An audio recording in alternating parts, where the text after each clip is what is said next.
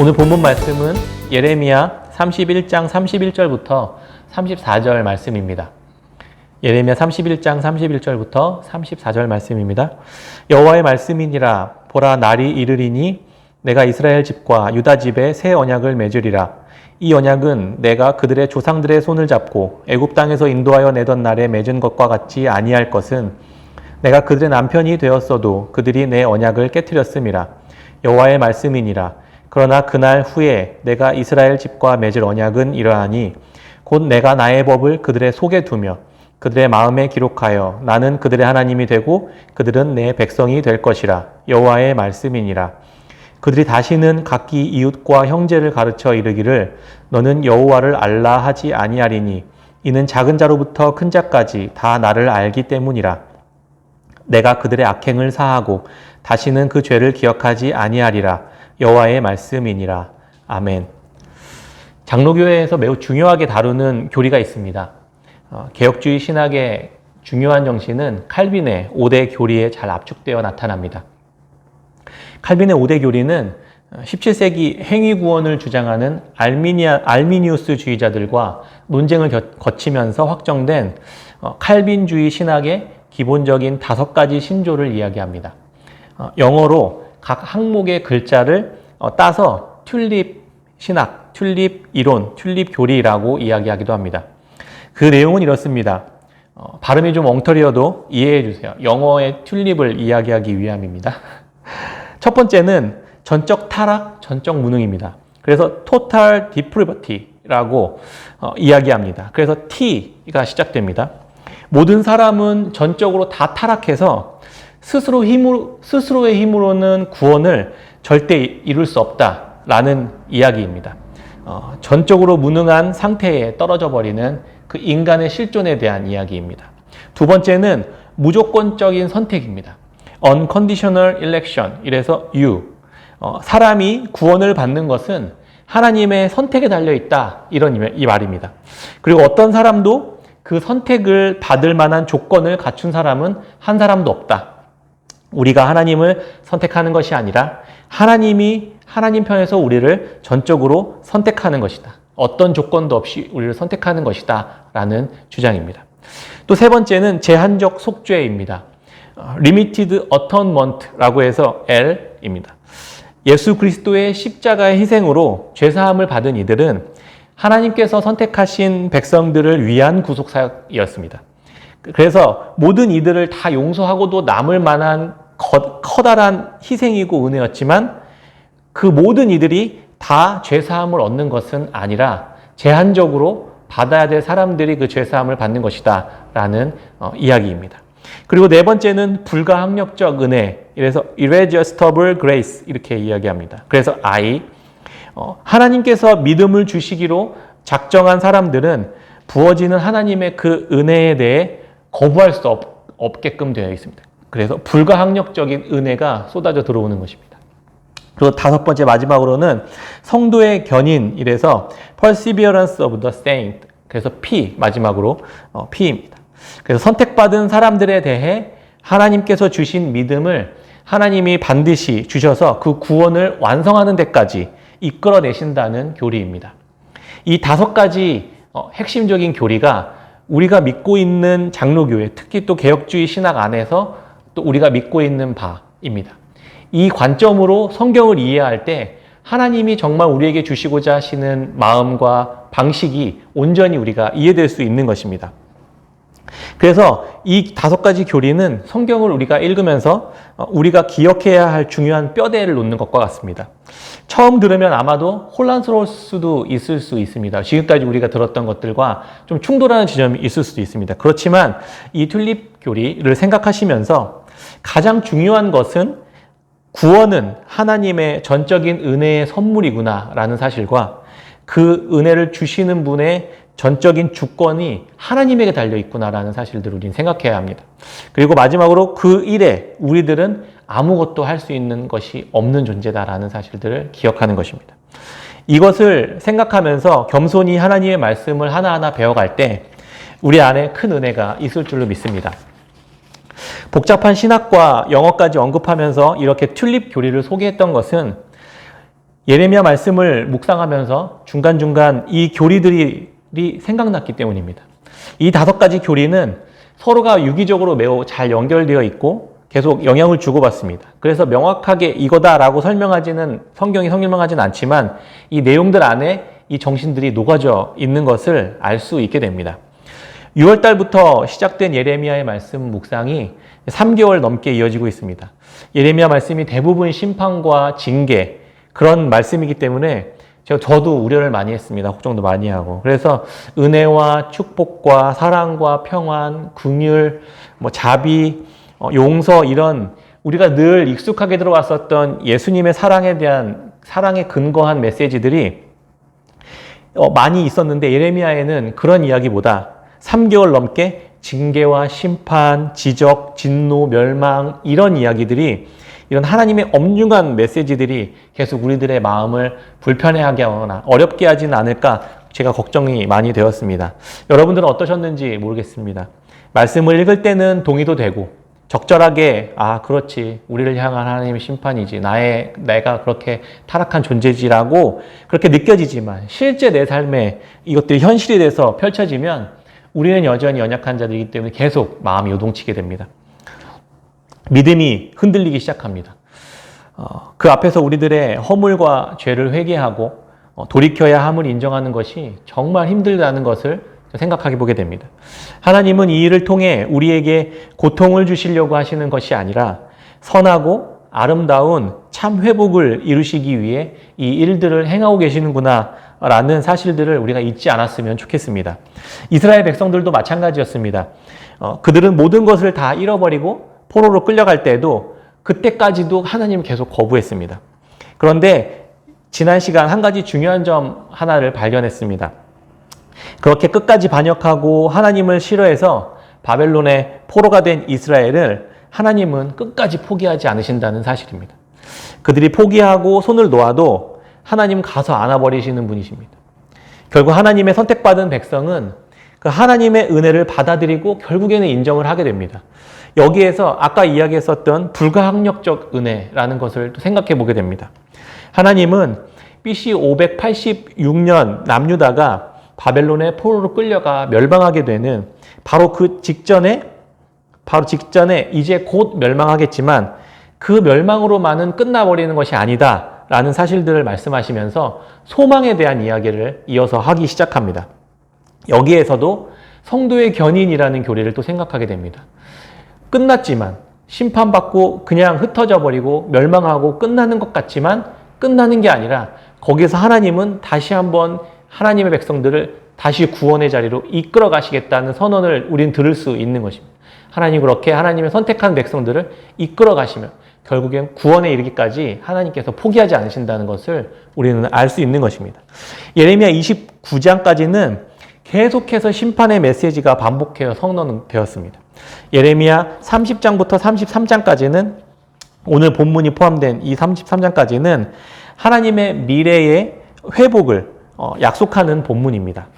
이제는 하나님께서 하나님의 나라를 다시 재건하시기 위해서 구체적인 계획을 드러내시기 시작합니다.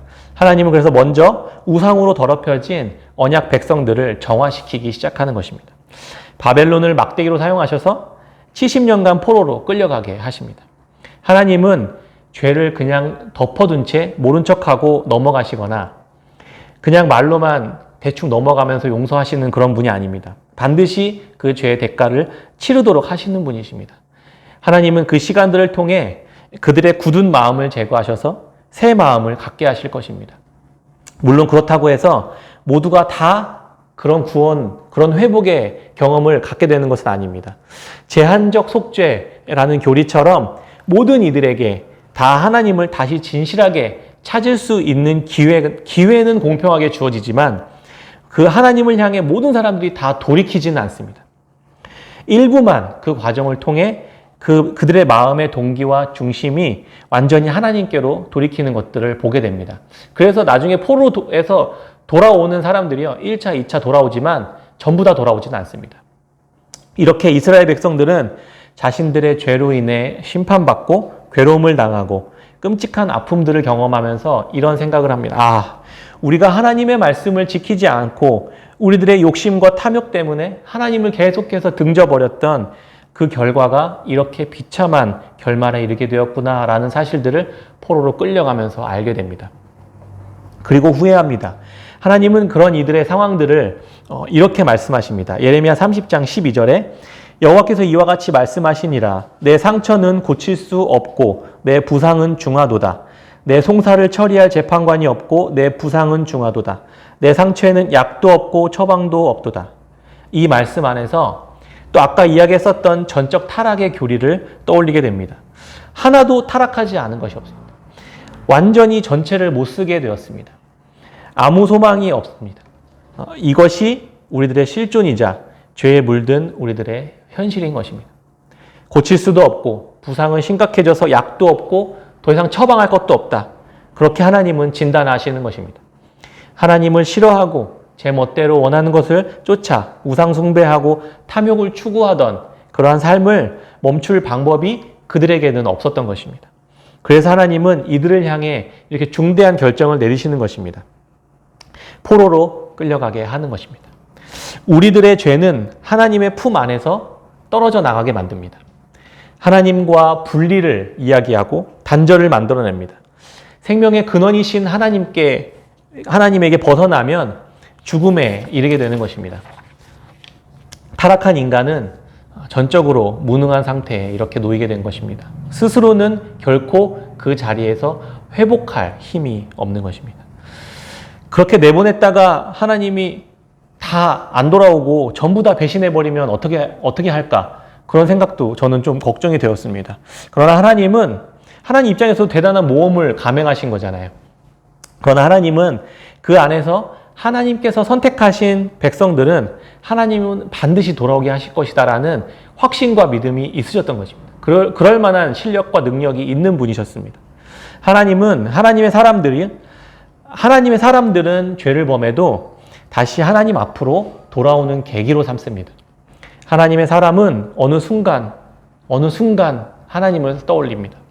하나님의 자녀로 부름받은 자들은 자신의 절망적인 상황을 인식하고 하나님의 품을 그리워하고 그 사랑 안에 거하지 않으면 살 수 없음을 탄식하며 돌아오는 자들입니다.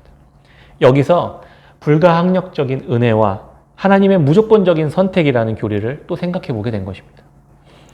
하나님 입장에서 자신의 백성들을 선택하시는데 아무런 조건이 없습니다. 또 우리 편에서는 하나님의 선택을 받는데 우리가 무언가 기여하는 것이 아무것도 없습니다. 할 수 있는 것이 없습니다. 인간은 단 1%만 자기가 구원에 기여하는 것이 있어도 그것을 가지고 내가 구원에 도움이 되었다고 스스로 자랑하는 자들입니다. 금세 곧바로 그것을 나의 공로로 삼고 자기 의로 삼아버리는 것이 인간입니다. 그래서 하나님은 그런 가능성을 완전히 배제시켜버리고 완전히 버림받은 것 같은 그 속에서 하나님의 조건 없는 선택에 의해 우리가 선택받은 백성으로 확인이 되게 되는 것입니다. 그래야 이 모든 것이 하나님의 은혜입니다라고 고백할 수 있게 되는 것입니다. 이 모든 상황은 하나님께서 허락하신 고난의 시간인 것입니다. 하나님의 의도는 이 시간들을 통해 하나님의 백성들이 하나님만 찾고 구하고 만나도록 그렇게 부르짖도록 하시는 것입니다. 하나님과 단절된 이 비극과 두려움에서 하나님을 찾으며 다시 그분과 연합될 수 있는 기회를 허락하신 것입니다. 하나님의 말씀에만 순종하는 하나님과 함께하는 복을 다시금 누리도록 하시기 위한 하나님의 방법이었던 것입니다.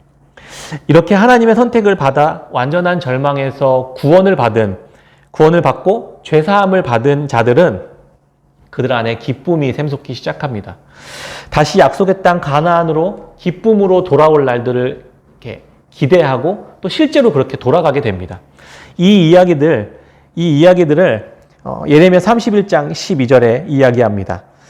그들이 와서 시온의 높은 곳에서 찬송하며 여호와의 복, 곧 곡식과 새 포도주와 기름과 어린 양의 떼와 소의 떼를 얻고 크게 기뻐하리라. 그 심령은 물된 동산 같겠고 다시는 근심이 없으리로다 할지어다. 그때 처녀는 춤추며 즐거워하겠고 청년과 노인은 함께 즐거워하리니 내가 그들의 슬픔을 돌려서 즐겁게 하며 그들을 위로하여 그들의 근심으로부터 기쁨을 얻게 할 것입니다. 하나님이 이렇게 약속하시는 것입니다. 그렇게 이런 모습으로 돌아오게 되는 회복시키시는 하나님의 백성들이 일어나게 될 것이다 라는 약속을 미리 예레미야를 통해 알려주시는 것입니다. 지금까지 설명했었던 이 일련의 이야기들은 이스라엘 입장에서는 아직 이루어지지 않은 이야기입니다. 예레미야가 이렇게 선포해주는, 선언해주고 미리 알려주는 이야기입니다. 아직 일어나지 않은 일이죠. 앞으로 이루어지게 될 포로기의 귀환 과정을 미리 얘기해주고 있는 것입니다. 다시 예레미야 32장부터는 그래서 냉혹한 현실로 다시 돌아옵니다. 32장이 시작하는 때는 남유다 시드기야 왕이 다스리던 BC 587년이었습니다. 586년에 예루살렘이 멸망하고 남유다가 멸망하니까 바로 1년 전 사건으로 돌아오는 것이죠. 예레미야는 늘 그랬듯이 바벨론이 들어와 포로로 이렇게 포위를 해놓은 상태에서 또 시드기야 왕에게 가서 이야기합니다. 바벨론의 포로로 끌려가게 될 것입니다. 그래서 시드기야 왕에게 붙잡혀서 왕궁의 뜰에 감옥에 갇혀버리게 됩니다. 그때 하나님은 예레미야에게 찾아오셔서 이런 뜬금없이 이런 이야기를 하십니다. 멸망할 땅, 남유다, 멸망할 땅, 그 땅을 미리 지금 사놔라. 이렇게 이야기합니다. 예레미야는 포로로 끌려갈 것들을 계속 선언했습니다. 그리고 결국 다시 회복되어 돌아올 것이라고 예언했던 선지자입니다. 예레미야는 진짜 자기가 선언했었던 이 선언, 하나님의 말씀을 믿었을까요? 글쎄요. 저도 믿었다고는 생각도 했는데 아마 자기도 반신반의했을지도 모르겠습니다. 하나님의 음성을 듣고 그런데 또 목숨이 위태로워질 수 있는 상황 속에서도 그럼에도 포로로 끌려갈 것이다. 그렇게 이야기했었던 선지자니까 조롱받고 위험한 상황에 처해져도 하나님의 말씀을 선언했었던 선지자니까 하나님의 말씀을 아마 믿었을 것입니다. 그런데 하나님께서는 여기서 한 단계 더 나아가십니다. 하나님은 예레미야에게 곧 내년이면 망할 남유다의 땅을 사라고 말씀하신 것입니다. 누가 봐도 바벨론에 의해 완전히 멸망하기 바로 직전에 그 상황이었습니다. 그러니까 그때 예레미야의 조카인 하나멜이라는 사람이 와서 자신의 땅을 사달라고 이야기합니다. 근데 하나님이 미리 사라고 얘기하셨으니까 예레미야는 그 땅을 삽니다. 누가 부도난 회사의 주식을 돈을 주고 삽니까? 그냥 줘도 안 가질 그 주식을, 그 땅을, 그 망한 나라를, 그런 상황에서 예레미야는 그 땅을 은 17세계를 주고 삽니다. 이 돈은 지금 임금 노동자의 68일치 되는 그 정도 되는 돈이라고 합니다. 대략 지금 환산을 하면 한 500~600만 원 정도 되는 것 같아요. 근데 더 컸겠죠. 곧 버려지게 되고 빼앗기게 될 땅을 돈을 주고 산 것입니다. 누가 봐도 끝난 이스라엘 땅을 하나님의 약속의 말씀에 근거해서 그 땅을 삽니다. 제가 이 말씀을 읽으면서 마태복음 13장에 밭에 감추어진 보아의 이야기가 생각났습니다. 예레미야는 겉으로 보기에 버려진 이스라엘 땅을 전 재산을 들여 삽니다. 거기에 하나님의 약속의 말씀이 감추어져 있기 때문이었습니다. 예레미야는 그것을 보았습니다. 그게 실제라는 것을, 그게 사실이라는 것을, 그게 하나님의 말씀이니까 그게 실제라는 사실을 보고 망한 땅을 삽니다.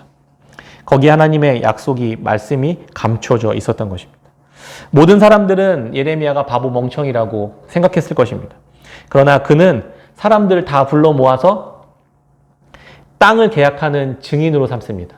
내가 이 땅 샀다라고 증인으로 삼고 계약서를 2개 써서 하나는 딱 봉인해서 이렇게 보관하고 하나는 봉인하지 않은 상태에서 토기에 담아서 이렇게 가지고 있습니다. 이 계약한 말씀, 하나님이 반드시 다시 망하게 되겠지만 반드시 회복할 것이다라는 이 말씀을 믿음으로 이런 어리석은 투자를 예레미야는 감행했던 것입니다. 예레미야 32장 15절 말씀입니다. 만군의 여호와 이스라엘 하나님께서 이와 같이 말씀하시니라. 사람이 이 땅에서 집과 밭과 포도원을 다시 사게 되리라 하셨다 하니라. 이 모습을 예레미야는 사람들 앞에서 공개적으로 행합니다. 사람들은 도무지 이해할 수 없을 것이지만 하나님은 곧 나라를 잃게 되고 심판을 받게 될 이스라엘 백성들에게 하나님의 회복의 약속을 마지막으로 보여주셨던 것입니다. 예레미야는 자기가 믿은 믿음대로 행동했습니다. 이제 예레미야에게 남은 것은 기약 없는 기다림뿐입니다. 계약서 한 장 달랑 가슴에 품고 매일매일 그 계약서 펼쳐보면서 그 땅이 다시 거래가 되고 사람들이 몰려와 풍요롭고 또 평안하고 기쁨으로 가득해질 그날을 하나님은 반드시 회복하실 것이라는 그 믿음을 가지고 그 붙들고 이제 소망으로 살아가야 할 냉혹한 현실이 예레미야에게 주어졌던 것입니다. 하나님의 말씀은 이미 예레미야에게 믿음으로 살아낼 수 있는 생생한 실제였던 것입니다. 그럼에도 예레미야가 마주해야 할 냉정한 현실은 끔찍한 전쟁이었습니다. 바로 바벨론의 손에 의해 점령당한 예루살렘은 사람들이 잔혹하게 죽임을 당하기 시작합니다.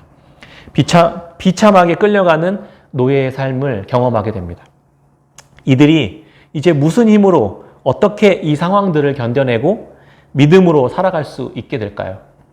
이스라엘 백성들도 함께 겪어야 할 포로기에 접어들면서 하나님은 이들이 그 시간들을 온전히 견뎌낼 수 있도록 새로운 언약을 맺으십니다. 예레미야 31장 31절부터 33절 오늘 본문의 말씀입니다.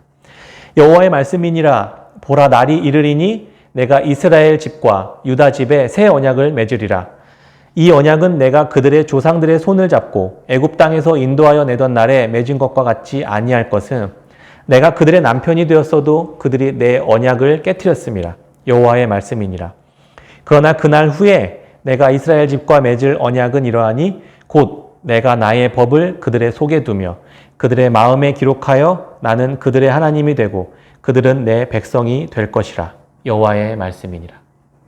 지금까지 하나님께서 이스라엘 백성들과 함께 하셨던 방식은 돌판에 율법을 기록해서 그걸 주셔서 성전에 보관하고 그것을 그들과 함께 옆에 계셨던 그런 방식을 하나님은 취해 왔었습니다. 하나님의 말씀이 그들 안에서 그럼에도 제대로 작동되지 않고 결혼해서 남편이 되어서 옆에 있어 주었지만 이들은 계속해서 하나님이 아닌 다른 것들을 마음에 품기 시작했습니다. 다른 욕망들을 품고 음란한 우상들을 품었습니다. 어떻게 하면 이들의 마음을 나에게로 돌릴 수 있을까? 하나님은 어떻게 하면 너희가 나의 마음을 깊이 깨달아서 나를 사랑할 수 있게 만들 수 있을까? 어떻게 하면 내 마음에 대해 더 알게 할 수 있을까? 계속 고민해 오셨던 것입니다. 하나님이 그래서 결국 고안해낸 방식은 옛 언약을 버리고 도저히 안 되겠다. 그래서 다 바람 피우는 안에 다 쓸어버리고 새로운 안을 다시 맞이해서 새로 시작해야겠다. 이렇게 했던 것이 아니라 아예 그들의 마음판에 다시 율법을 더 가까이 새기기 시작해야겠다. 이렇게 결정하셨던 것입니다. 아예 마음속 안으로 들어가 버려야겠다. 이렇게 결정하셨다는 것입니다. 하나님은 하나님이 선택한 백성을 끝까지 포기하지 않으시는 것입니다. 그리고 하나님은 하나님이 선택한 그 백성을 끝까지 구원에 이르도록 하나님은 하실 것입니다. 더 이상 이제 성전에 가서 제사 지낼 필요가 없게 되었습니다. 더 이상 율법을 들으러 절기마다 성전에 1년에 3번씩 올라갈 필요도 없게 되었습니다. 하나님의 백성들의 마음속에 돌판에 새기듯이 하나님의 말씀을 새겨 넣어버리실 것이기 때문입니다. 이 약속의 말씀이 포로에서 돌아온 이스라엘 백성들 안에 최종적으로 완성되었던 것은 아니었습니다. 그들은 한동안 다시 돌아와서 하나님을 진실되게 섬겼습니다. 무너진 성벽도 재건하고 무너지고 망가진 예배를 다시 하나하나 회복하기 시작했습니다. 이 이야기가 학개, 스가랴, 느헤미야 같은 말씀에 잘 기록되어 있습니다. 그러나 예수님이 오시기 전까지 완전히 진정한 완성이 되지는 못했습니다. 이 약속은 정확히 신약의 예수님의 이야기와 일치합니다. 하나님의 말씀이신 예수 그리스도께서 이 땅에 오셔서 잃어버린 자기들의 백성들 바로 옆에 함께 오셔서 함께 사셨습니다. 주님은 십자가에서 또 죽으시는 사역을 이루시고 승천하신 후에 성령을 제자들에게 보내심으로 그 약속을 완성하십니다. 이스라엘 백성들뿐만 아니라 제자들까지도 예수님과 함께 그렇게 3년 동안을 함께 살았음에도 예수님의 말씀을 제자들은 전혀 알아듣지 못했습니다. 그리고 결국 끝까지 주님을 배신했던 모습이 예레미야의 이스라엘 백성들의 모습과 동일한 모습으로 보였습니다. 그러나 그들은 예수님께서 부활하신 후에 마가의 다락방에서 함께 기도하며 성령의 임재를 경험하게 됩니다. 그때 이들은 새로운 이들이 되었습니다.